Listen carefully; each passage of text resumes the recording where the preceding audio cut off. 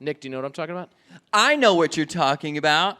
You're talking about tonight at CBA. It's AWSM in Chicago. That's AWSM Comedy Radio from Chicago Bagel Authority. Oh my gosh, we're in a bagel shop. Let's do some comedy.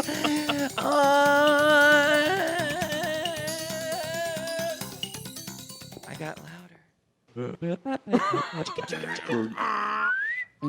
AWSM Radio.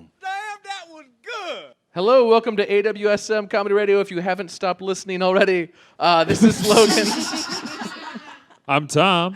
And I'm Nick. And remember when our theme used to be the podcast where you don't have to listen? You don't have to listen. Oh, We've probably said that hundreds of times. so glad that Let's we say it again. totally But got no, you rid should of listen to that. this because we have two guests. We have two wonderful guests, Yep. stand-up in Chicago, Kristen Clifford, and a Yeah. writer in our fair city, Pecho.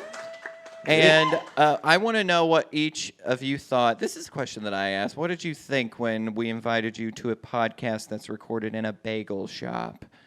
What did you think? Well, I specifically want to know what Kate thought, because I invited you, and then what you thought, because Kyle Scanlon invited you in his stead, because he was supposed to be here tonight, because I was going to flirt with him. That did not happen. You can flirt with her. Yeah. Hey, yeah, you could. Not really Nick's type. Probably I won't guess. go anywhere. Kyle is more. Yeah. Yeah, he's more like. So did you know who Tom was? Because Tom usually scares off the ladies. What? It's your teeth. It's not true. What? They're The too first brilliant. thing you said when you met me Christ. was I have a great smile. I know, for a serial killer. I feel like my sibling has their girlfriend or boyfriend over, and my family is just tearing into each other. And let's come together like a family. Let's invite these people with warm and loving hearts. And Tom, there's nothing wrong with you. Thank you. Yeah. Reassurance. You saw the last episode that we just recorded right here in this little lovely venue with Rebecca Sparks. Had either of you listened to the show before? So no idea what you were getting into. None.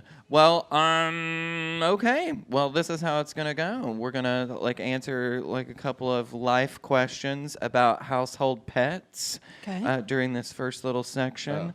Are either of you pet owners, or have you had a pet when you were a child?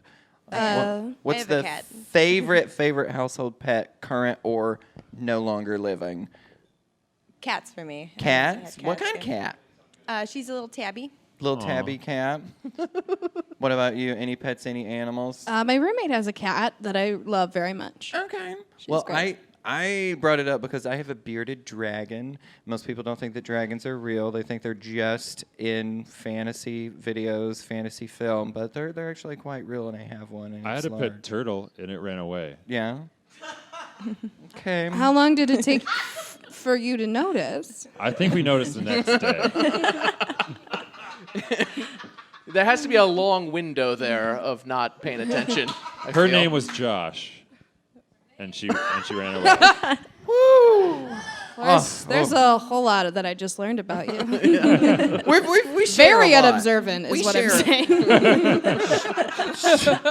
We share a lot in this space, just like I'm sure a lot of comedians share at the Lincoln Lodge, which is where you are, as an ongoing basis. Is one of the longest running the showcase open mics in the country. 17 years. Yeah, is we're it? the longest running independently produced stand-up show in the country. So we're going to have our 17th season in September. So that'll be Wow. 17 years. It used to be in Ravenswood, and now it's at Sub T. Natalie has been one of our musical guests. Oh, Check out okay. next week's episode with Natalie Grace Alford. Yeah, next week's episode's gonna have that lovely lady. I gotta say, that's great. I think it's impressive, but I think it also says something about comedy shows. 17 years doesn't seem that long, you know. I mean, that's But, when I had for really a comedy bad show, that's the acne. longest ever. What's that? If I think back to when I was 17, Yeah, I you were just able to think of, like, drive. This show can drive now. It can drive, yeah. It can drive. It can drive all the way. What is your favorite comedy venue other than the Lincoln Lodge? If you've got to go out in the city, either of you, do you go see other comedy? Do you listen to podcasts? I don't. Yeah, no, I mean, you do tons of shows and you go see tons of shows if you're a comedian here. Probably My other favorite comedy show is Comedians You Should Know. Oh, which Okay. is That's a great one, Wednesdays. yeah. Yeah. We've all heard about that one. What about Kate? What's something you like to do in the city? Comedy related, not related? Kind of tangentially comedy related, but there's a live lit show, Essay Fiesta, that I've been a part of a Okay. few times, and you get your more serious sort of essays as well. But there's a lot of really great comedic pieces that come through there. What's because you do essays as well. You have a blog that is called "Fill This Out Later," which I think is a fantastic title for a blog. What are some of the essays that have come through that were kind of stopping or jarring that just jump out in your head? Through Essay Fiesta or through? Yeah. There were a few. There was one in particular, the story of a young man who was driving with his father, before kind of realizing that he was going to pass away soon. And it was just them going on this road trip and about a bunch of funny stories about their time together. And you kind of throughout the piece realize that, he's not going to make it. So it was very funny at first. And then kind of the gravity of the situation set in towards the closure of the piece. Yeah, and was there laughter still, or did people not feel as if they were allowed to laugh because of the subject matter, or what happened? The latter, yeah. I think, Yeah. there were parts that were still funny, but you kind of just, commiserated for him. Right. You have a piece that it's not really in the same vein, but it's a touching piece that you wrote about Tourette's syndrome, but you kind of approach it from that witty, standpoint where you're still comfortable laughing about this subject matter, which tell us about that. When did you write this piece? So I wrote it particularly because I think it's not a disorder that's really misunderstood. You kind of think about people just yelling swears and what you've seen in Deuce Bigalow, Male Gigolo, and I have not seen it, but Nick, Tom, have you guys seen it? I think I saw a commercial for it once. And I think that's all I've seen as well. But just the kind of perception of that is what the disorder is like, and that affects only 10% of people with Tourette syndrome. It's actually more common just to have motor and vocal tics that are different. And so I wanted to explain what it's like to live with it, but also that it is sort of funny. Like, for example, when I went on my first date with my boyfriend, I have a facial tic that is kind of a grimace, and he kept thinking that I was pissed at him the entire time. And so it was just sort of funny. A couple weeks later, he said, I thought I was driving you crazy, and then we made out.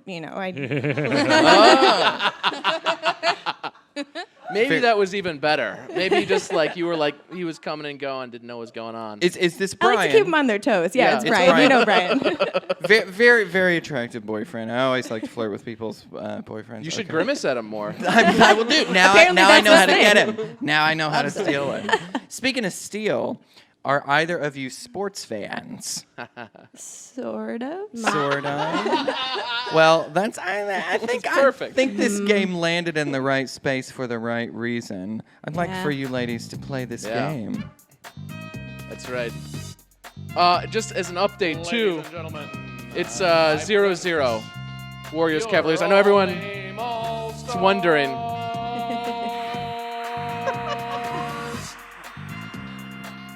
All right, that theme song means that it's time to play All Name All Stars, our athlete name game. Each of you will take turns. You got 30 seconds to name. I will name either a fake or real athlete, and you will have to guess which is which. Yeah? Have you invented these names for the fake ones? We've invented. We've invented about half of them. Okay. So Okay. some are reals. Okay. And actually, Tom, can you keep score for me?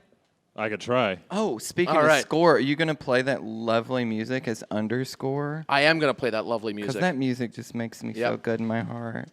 Okay, who wants to go first? I'll go first. All right, great. I will begin your 30 seconds with the first name, which is Hack and Lube. I'm going from the bottom, Tom. Flip the next page. I want that to be a real name, but I'm going to say that's fake. All right, Timmy Tinnitus. Wow. I'll give you an extra 2 seconds. Timmy Tinnitus. Yep. Fake. Peerless Price. Real. Webster Slaughter. Real. Larry Longjohns. Fake. Grover Loudermilk. Fake. All right, Tom, did you catch up there? I'm sorry, I went from the bottom. Trying to Yes. fake Tom out. Okay, so starting with Hacken Lube, who is a NHL player. You said fake. You said fake. That was wrong. Timmy Tinnitus is fake. Peerless Price is an NFL player. Webster Slaughter is an NFL player. NFL. Yes. What do you think it stands for? National Football League. Oh, very good. Okay. 1 point for Nick. Larry Longjohns is fake. Grover Loudermilk was a baseball player. So you got a total 2 points, right? 2 points. That's really good, actually. That is actually really you good. walked into a really good score. Round of applause. Pat my knee for So that. this can be any sport. They're from any sport. Yeah, Yeah. any Any professional league. Are you ready? Karate, In swimming. North America. Wait, karate and swimming. All right, in North America. Okay, ready to go. All right, ready to Is go. Central America included in that? Your 30 seconds. It does include Central America. Okay. Wait, where are we starting from? I'm going to start with Coy Bacon. What the hell is that? Real. The next one up, Tom. Okay. Wallace Wet Sox Washington. Real. Nilosirtis Menzahe. Fake. Dizzy Trout. Real. Vinegar Bend Mazel. Fake. Olympus Mons. Real. Sally Shortjohns. Fake. Tony Suck. Real. Charlie Manlove. Real. Peter Paluticorn. Fake. All right, going back, we started with Coy Bacon, who played in the NFL. Wallace Wet Sox Washington was fake. Nilosirtis Menzahe was fake. Nice job, Tom, on that name, by the way. I just want to give you credit. 1 point for Tom, too. Dizzy Trout played in Major League Baseball. Vinegar Ben Mazel, also a baseball player. Olympus Mons, fake. Sally Shortjohns, fake. Tony Suck played in baseball. Charlie Manlove, did we get that far? Baseball. And Peter Paluticorn was fake.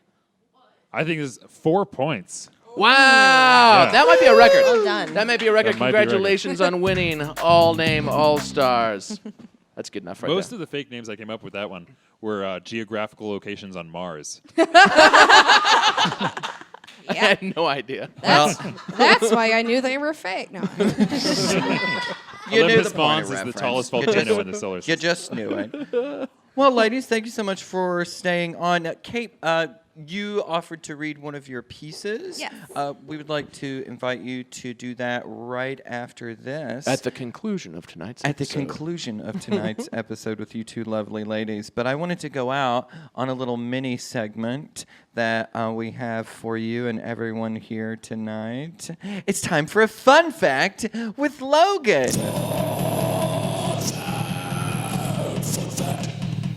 Thank you for bringing the fun fact back in there, Nick. Fun fact, Play-Doh was originally manufactured to clean coal soot off wallpaper. As coal use dropped, it became important to find another market. That's a fun fact. Now, you're talking about Play-Doh, not Plato the philosopher, right? He was not originally manufactured. I'll leave it up to you. Okay. Thanks again to our wonderful ladies, Kristen Clifford and Kate Pecho. Thank you. Stay tuned right after this lovely little outro music for an essay reading from Kate Pecho. And if you get a chance, check out Kristen Clifford at the Lincoln Lodge and at the Chicago Bagel Exposition at the Hideout on July 23rd at 8 p.m. Thanks so much. For free. Cool. All right, thank you, Kristen. Thank you for the people that's hanging out this whole time while we do this crazy little podcast that Chicago Bagel Authority allows us to do once a month. Now we're going to have one of our guests read one of her essays/posts. This post is published and can be found on fillthisoutlater.tumblr.com. Give it up for Kate Peckham. Okay, this piece is called I Had a Cold and I Made a Mistake. I am bad at drugs. Generally, my body's reaction to medication is about as predictable as Charlie Sheen on bath salts, and I tend to experience side effects that are atypical or uncommon, or you have better odds of convincing Obama to babysit your cat than getting loopy from this medication, which is why you will be surprised when you burst into uncontrollable laughter on the train because you thought about penguins and then laugh even harder when the lady sitting next to you gets up and moves across the car. When I got my wisdom teeth out, the anesthesia caused me to call my oral surgeon a loser because of his regrettable fashion choice of purple scrubs, which I'm sure he was wearing to impress moody college students who think that wearing Chuck Taylors to a club makes them edgy, and emphatically profess that emo will never die to anyone who will listen. And when I had complications post-surgery and had to return to his office several times for follow-up appointments, I was overwhelmed with embarrassment because, despite being higher than the Grateful Dead at a sleepover, I not only remembered making fun of him, but I was, at the time, also rather proud of my transcendently clever dig. I'm a drooling stone moron who keeps choking on gauze, but you're wearing clothes. Gotcha. I'm sure he was devastated. Last week I came down with a cold, and after spending several hours at my desk alternately sweating through my t-shirt and gluing business cards to myself to stave off chills, I decided to look to the break room medicine cabinet for some relief. There I found a packet of pills mysteriously labeled cold medicine, which I immediately took without further thought. This did seem to help some, and I was feeling much better by the time my coworkers were ready to leave for poker night, where I lost spectacularly at the kids' table, which is where those of us with the bluffing skills of a 5-year-old who definitely cleaned his room were relegated to play. As my boyfriend and I were getting ready to leave, I started feeling a little strange and asked him to drive home. We arrived at our apartment, I threw my coat on the floor, which he totally loves, and then collapsed onto the couch. "Brian?" I said softly. "Yes?" "Why is the floor moving?" "It's not, babe." "Then why does it look like it's moving?" And so it was. The floorboards were twisting and shifting like a kaleidoscope, and I turned wide-eyed to Brian. "Time for bed," he said. I laid down in bed and tried to relax, but as I looked around the room, I locked eyes with the blazing fire lion glaring at me from the ceiling. Shit, it can see me. Be cool, Kate. Just be cool. I tried to distract myself. Oh, look, there's that sock I lost. I should probably do laundry soon. Looks like someone got pulled over. There's the radiator, and the lamp, and the giant lion face with blaring red eyes hovering over me like some Dante Rob Zombie collab. And oh, now it's a demon. A big old scary demon just swirling around, and oh my god, it can read my thoughts. Think nothing, Katie. Clear your mind. Pretend you're on a date with that clairvoyant Catholic Scientologist again. The one who kept taking pictures of you while you were slamming your beer like the world was going to end, and trying to get the check while he was distracted with trying to read your mind. Empty your head. No, wait. You need to banish him. Be gone with you, beast. Return from the fiery throes from whence you came. It's not working. This is exhausting. I would sell my soul to... Nope, no, I didn't mean that. You just back off my soul, Dementor. I'm not giving it up until I'm damn well ready, or at least until I get a 300 in Wii Bowling. I put hours into trying to beat that game, and I really can't consent to give up the ghost until I get that final sticker. Also, I've still never tried Cookie Crisp, so I've really got a lot to live for. You know what? I'll just look over here at the door. Oh, cute, a dog. What are you doing here, little guy? I don't have a dog. You're so... How is your neck turning like that? Why is your head upside down? You're in league with the demon, aren't you? Who is opening his mouth to presumably swallow me into the pits of hell. Is this because of that time I stole a coaster from that Irish bar? It was a cool coaster, and I was kind of drunk. You know what? I'll bring it back. I'll bring it back first thing in the morning. I just need a couple days off work and a plane ticket to Ireland. I would do it now, but I'm already in my PJs, and my bank account could be confused with a McDonald's receipt, and also I think I might be tripping. That's it. Back off me, demon. Be gone, I say. Ryan? What's up, babe? The ceiling demon is scaring me. Just ignore him, Kate. He's all talk. Okay. And then I fell asleep. The next morning, I woke to find Brian drinking coffee on the couch. How much cold medicine did you take yesterday? Just 1 dose, I said. He looked at me and chuckled. You should never do acid.